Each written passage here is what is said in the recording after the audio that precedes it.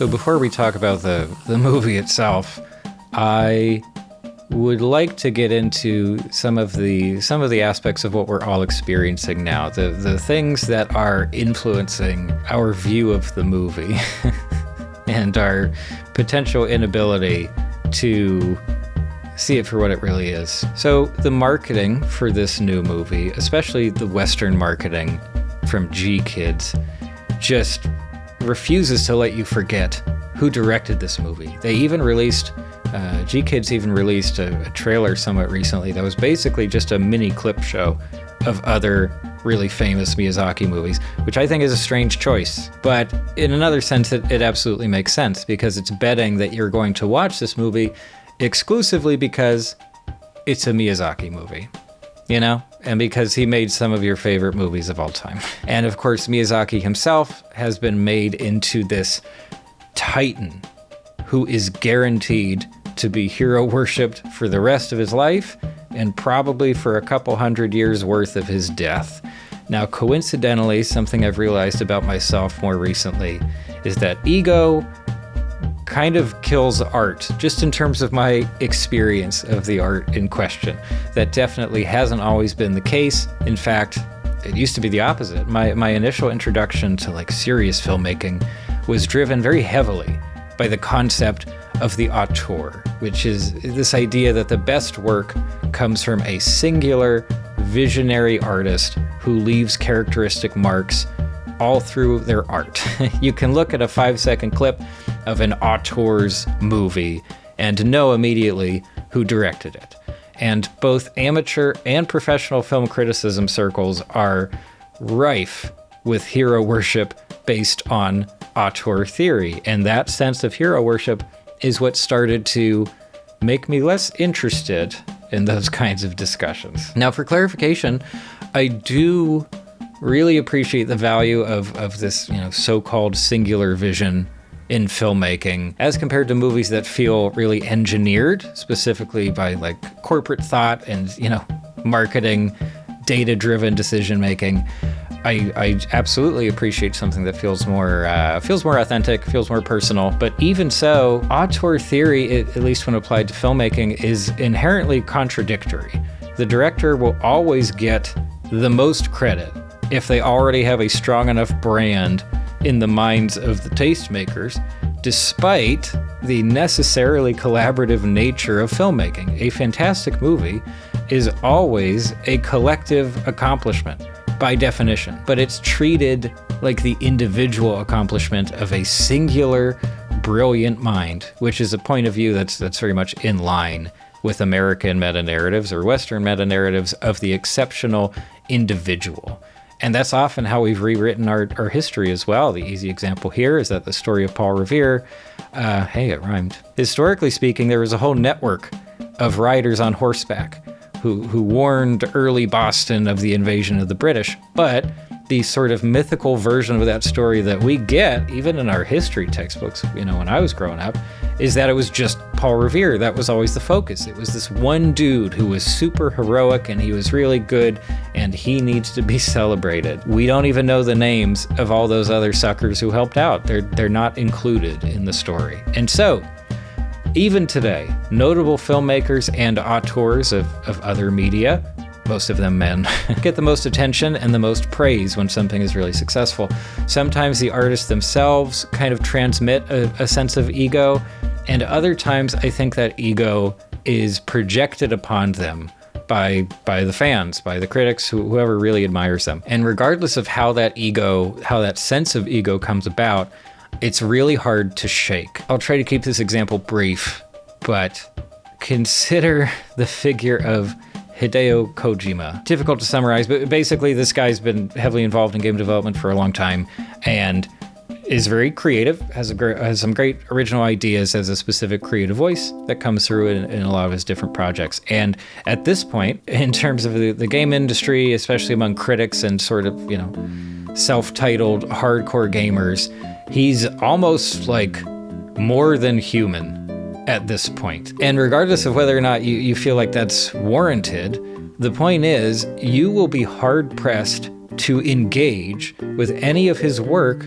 without also being constantly confronted by this overwhelming image of Kojima. He can't be separated from his reputation. Kind of like how the Eiffel Tower is very hard to see on its own terms. When you actually do see it in person, there's no doubt that you have seen hundreds or probably even thousands of images of it before, which means that your perception is heavily colored by how that thing has been presented to you by others. And again, it really doesn't matter whether Kojima himself actually has a massive ego. I think in some interviews he seems very personable and polite and just kind of like a regular person. But at the same time, he agreed to have this entrance at the Game Awards. This is insane. This is like gaudy. I think that's because, well, for one thing, the image of Kojima is more important than, what he's actually like. It's also that kind of image of the auteur is an incredibly powerful marketing tool.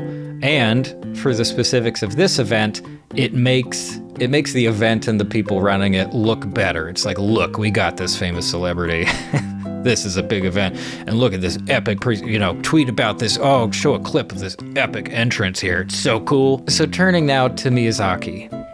I think the funny thing about his legendary status in animation and in filmmaking in general is that, at least based on some of the interviews I've seen, or even that documentary they made a while back, he doesn't seem to think all that highly of his chosen line of work. And in fact, plenty of the time he seems sad. Ironically, that does reflect back on the hero status once again.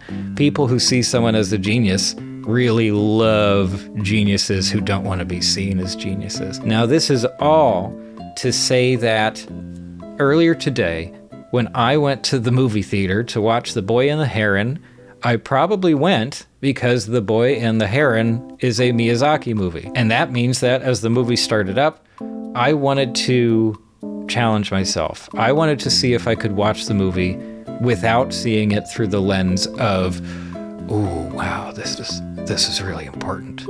This is a masterpiece, solely because of its pedigree. I wanted to know if I could watch this movie as a movie without constantly being reminded of whose hallmarks I was seeing. But was I successful? No, not really, no. Within the first 2 minutes of the movie, some of the hallmarks were staring me right in the face. Of course, the character designs are very much Miyazaki character designs. But on top of that, we also have a character changing their clothes and also running down a staircase with their arms out to the side and a look of determination on their face with their head kind of scrunched down like this. And even the changing clothes thing really tripped me up. I was just thinking, who does this? How many like commercial animation directors will have for like 10 seconds or so, the only thing happening on the screen is the characters changing their clothes. And as the movie continued on, I was hit with just one hallmark after another. What do we got? It's a movie with a child protagonist, of course, a character who is probably in grade school. It is a movie in which war looms large, both real world war, World War II is referenced directly, of course, and also like a goofy fantasy kind of war, just like large-scale conflict between opposing groups. It's also a movie that basically doesn't have a structure. I mean, we can apply a structure to it after the fact, but even in terms of just having a beginning, middle, and an end, it barely hits the mark. And also, like, please note, I like non-traditional structures. I've talked about that before. And if I remember correctly, Miyazaki boards out his stories first. So rather than beginning with the script, they begin with the images.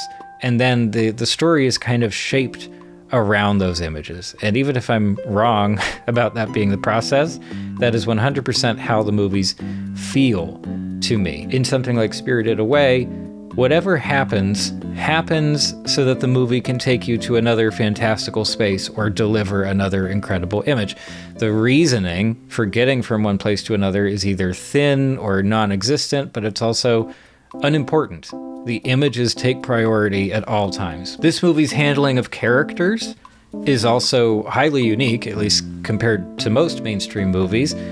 It's not unique at all compared to other Miyazaki movies, of course. There's this thing he's been doing for decades now where you'll be introduced to a character you assume is just going to be in one scene before disappearing from the movie. It's usually, you just have a sense. This is a minor character. Why would we spend any more time with them? But then that character comes along for the ride. Maybe not the rest of the movie, but for much, much longer than you expected, and maybe or maybe not for a good reason. We also have a protagonist here who we sort of understand, and he forms lifelong bonds basically by accident, as far as I can tell. And I'm not sure whether this is the result of me having to peer through the Miyazaki genius fog, but I also reached a point when I kind of felt relieved to not understand the reasons for one scene leading to another. There was no pressure to explain anything or figure anything out. I mean, talk about being present in the moment. Like, this movie is whatever it is in any particular scene. And I think this is what led to what I saw as some of the movie's greatest strengths. So both the mundane real-world moments and the insane fantasy stuff, they're both equally as immersive. That doesn't mean that they're both equally as engaging. And in fact, this might be heresy for someone who really enjoys slow movies, but I did feel bored a handful of times. But despite that temporary boredom, the residue of this movie, the material that surfaces in my subconscious when I'm not even actively thinking about the movie, it has bits of both. It has bits of that real world stuff, and of course it has plenty of the fantasy stuff as well. Regardless of the subject or the setting of these various images, the images really work. The moments work. This movie knows exactly what it is, and it's able to flex its best qualities without feeling showy or disingenuous. But the best quality of all, the best aspect, in my opinion, of The Boy and the Heron is its spaces. This is something that I've been thinking about ever since I was introduced to VR. But for me, one of the most valuable things that a movie, especially an animated movie, or a video game can do is to provide its audience with entirely new spaces for their brains to inhabit. Your brain inhabits these spaces, of course, like while you're consuming the product, the first watch or playthrough, whatever, but your brain can also inhabit these spaces at any point in the future as well. There are just too many examples of this to really list out, but for now, I'll mention Elden Ring. I'm never going to finish that game. There are plenty of sort of game aspects of that game that I'm not good at, or I just don't care for, or have the patience for. But the spaces that game gave to me are so memorable and so impactful that my brain returns to those spaces on a regular basis, often subconsciously. It sounds a little bit corny, but my inner world is richer because I have access to those spaces. In a less serious vein, I feel basically the same way about SpongeBob SquarePants. Like, yes, there's a different tone to the spaces from that show, slightly different vibe in the Krusty Krab compared to, Volcano Manor, but they're equally as valuable to me, and I am equally thankful for them. And already, it's been, 5 or 6 hours since I watched the movie, but already the spaces of The Boy and the Heron, admittedly, some of them more than others, are just with me now. I don't even know what this particular location is called. I don't know what you would call it in the movie, and I'm not going to show it, but there's one location with a tree. If you've seen the movie, I think you know what I'm talking about. There's a tree, I think on an island. It's where one of the characters lives, and you are always aware of the presence of the ocean and the wind. And that is now a place where I can go. I have that now. It's been gifted to me. Best of all, the spaces of The Boy and the Heron are almost uniformly sad. Not sad in the sense of making you want to cry, just sad in the way that life is sad. All of it. The contrast with the rest of contemporary feature animation here is staggering. Think about Across the Spider-Verse. There is not a single moment in which that movie is not dancing its heart out for you. It is constantly addressing the audience very directly in multiple ways. It is very aware of the audience. It's trying to empower and energize the audience. But this movie, if it's aware of the audience at all, is instead commiserating. Spider-Verse is a friend dragging you out of the house to do something exciting. The Boy and the Heron is a friend sitting next to you on the couch in a quiet room in the early evening. Both of these evenings can become fond memories, but for very different reasons. And to bring it all back home to how I started this video off, the guy behind me, as soon as we hit the credits, he started clapping too long and too loud. and I think you know what I mean. There's an acceptable length of time to clap, and especially when a lot of other people aren't clapping, if you're someone who is very pointedly, you're trying to make a point of the fact that you are continuing to clap. To me, that said that he was clapping because he had to, because he knew that this was an important movie made by an important filmmaker and also a bunch of animators and technicians whose names we don't know. If other people are capable of watching this movie without watching it as a Miyazaki movie, I admire them, but I'm just not one of those people. In fact, kids are probably some of the only people really able to do that. And maybe that's who the movie was really made for anyway. Miyazaki is a treasure. I don't deny that. I'm not trying to argue that point at all. And his team very obviously includes some of the world's best animators, layout artists, cleanup artists, editors, etc., etc. And if you're wondering, by the way, about the movie's messaging, here it is. A man would have to put his soul at hazard. You'd have to say, okay, I'll be part of this world. It's okay for me to be here in this world. It's a fine message, and it's a message that can certainly do a lot of good. But somehow, despite the messaging, despite the fantastic imagery and its spaces, despite the generally very good English voice cast, except for Robert Pattinson's performance, I still don't see this as being more than the sum of its parts. I don't feel that it becomes something exceptional. And in truth, it doesn't have to be.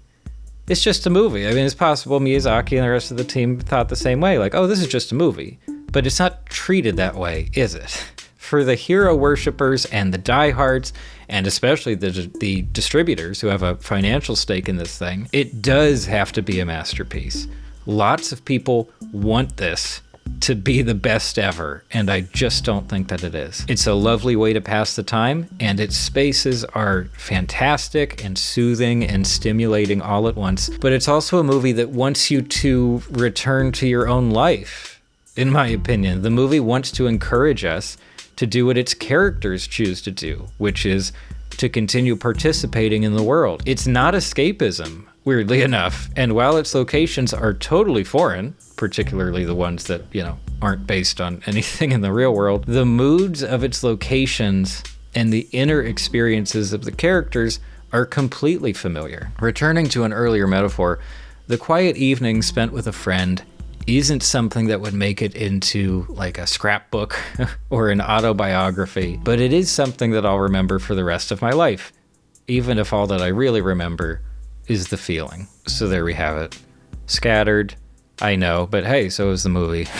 It's certainly one we will continue to talk about, but I'm very interested to see how the portions of YouTube that continue to just drench every major Miyazaki movie with praise again and again and through incredible deep dives and all this stuff, I want to see how they deal with this one. I want to see where they put it, where their opinions lie. But I knew that I had to share my thoughts, and I'm so happy that you stuck around for the entire video. I really appreciate it. But that's all for now. Thanks for stopping by.